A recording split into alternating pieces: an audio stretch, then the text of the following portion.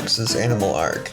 My name is Alex and I will be your guide to all the amazing animals that live on our planet. Today we will be learning about the capybara. So what exactly is a capybara? To start with, they are a semi-aquatic rodent of unusual size found in Central and South America. Capybaras can reach heights of 1.7 to 2 feet at their shoulders and lengths of 3.48 to 4.4 feet. They can reach weights between 77 and 146 pounds, and the average is about 108 pounds, with the females usually being slightly heavier than the males. They can live up to 8 to 10 years in the wild, but oftentimes they only live about 4 years in the wild due to predation. Their predators include jaguars, pumas, ocelots, eagles, caimans, and green anacondas. Their heavy, barrel-shaped body is covered in coarse, short fur. The fur is reddish-brown in color on the tops and sides, and becomes yellowish-brown underneath. Their fur is also designed to dry quickly when the capybara comes out of the water. Capybaras have short heads with a blunt snout, with nostrils on the end of it.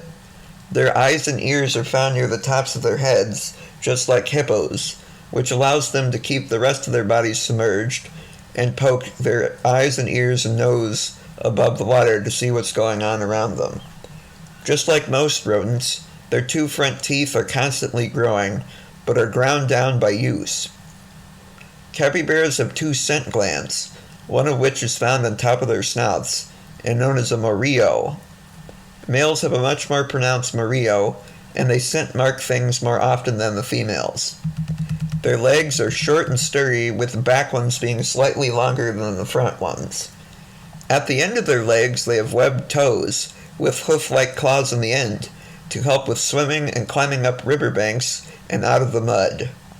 They have 4 toes on the front and 3 toes on the back. Their tail is short and vestigial. Their other set of scent glands are anal scent glands, and on the males they are lined with detachable hairs. These hairs are covered with a crystalline form of scent secretion that lasts longer than other forms of scent and are tasted by other capybaras that come upon them. Capybaras mark things with scent by rubbing their morillos on them or walking over plants and marking them with their anal scent glands. So where can you find capybaras? Capybaras are found in lowland areas near bodies of water. Their favorite habitats includes rainforest lakes and rivers, marshes, brackish wetlands, swamps, as well as seasonally flooded grasslands and savannas. Their range includes Panama, Colombia, Peru, Venezuela, Argentina, Uruguay, Paraguay, Brazil, Bolivia, Ecuador, and Guyana. So what are some capybara behaviors? Capybaras are crepuscular and are usually most active during morning and evening. However, if they feel threatened, then they are usually active during the night. During the day, they will wallow in water and mud to keep cool, or they will doze on the banks of the river or in the water. Then around the evening, they emerge from the water to graze. Capybaras are herbivores and are very selective about the plants they eat.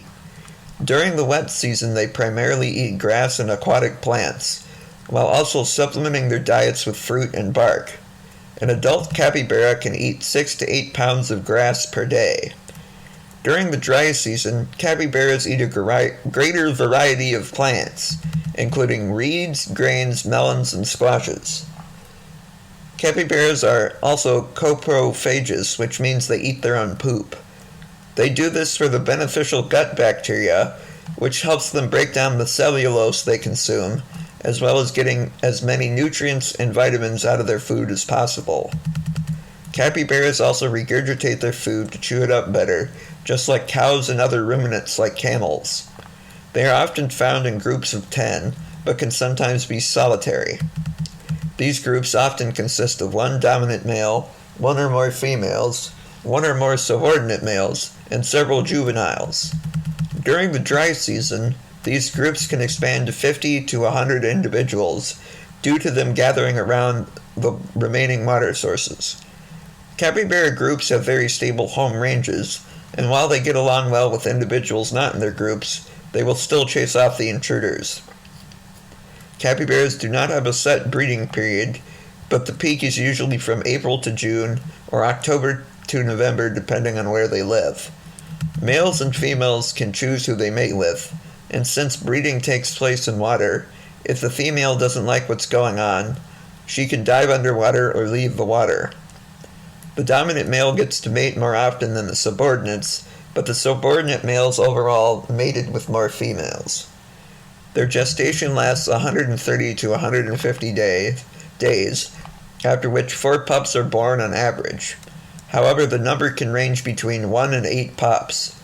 After giving birth on land, the females rejoin the group a few hours later, and the babies will join as soon as they are mobile, which is also only a few hours after them being born. The pups are able to eat grass within a week, but will often suckle from their mom as well as other females in the group until they are weaned at 16 weeks old. Other members of the group will also help take care of the pups along with their mothers. Capybaras communicate through scent marking and several types of sounds, such as whistles, grunts, barks, and squeals. And now it's time for some capybara fun facts. The 2 parts of their scientific name, hydrocharis, come from Greek and translate to water pig or water hog. Their common name comes from the Tupi language spoken in Brazil and means one who eats slender leaves.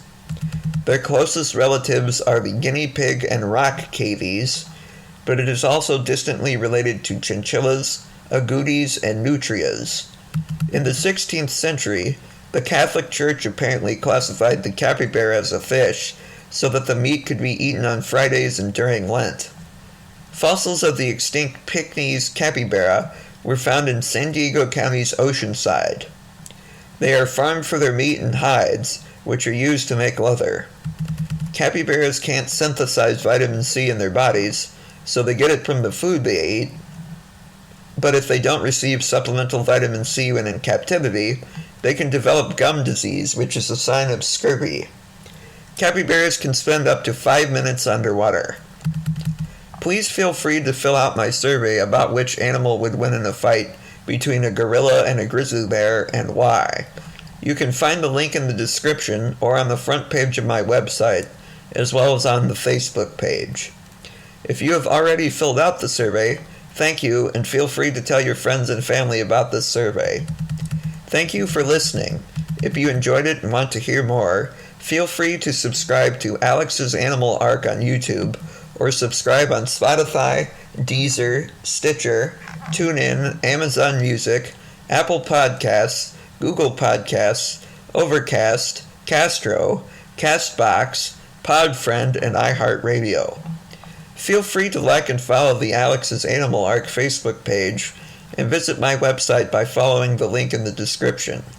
If there's an animal you would like to hear me cover, please email your name and the animal you want to hear about to the email in the description, and I will add it to the list. Or feel free to leave a comment on YouTube or on the Facebook page with an animal you would like to hear about, if that makes you feel more comfortable. Thank you for coming on this animal adventure. I will see you all again for the next voyage, when we will learn about the giant anteater.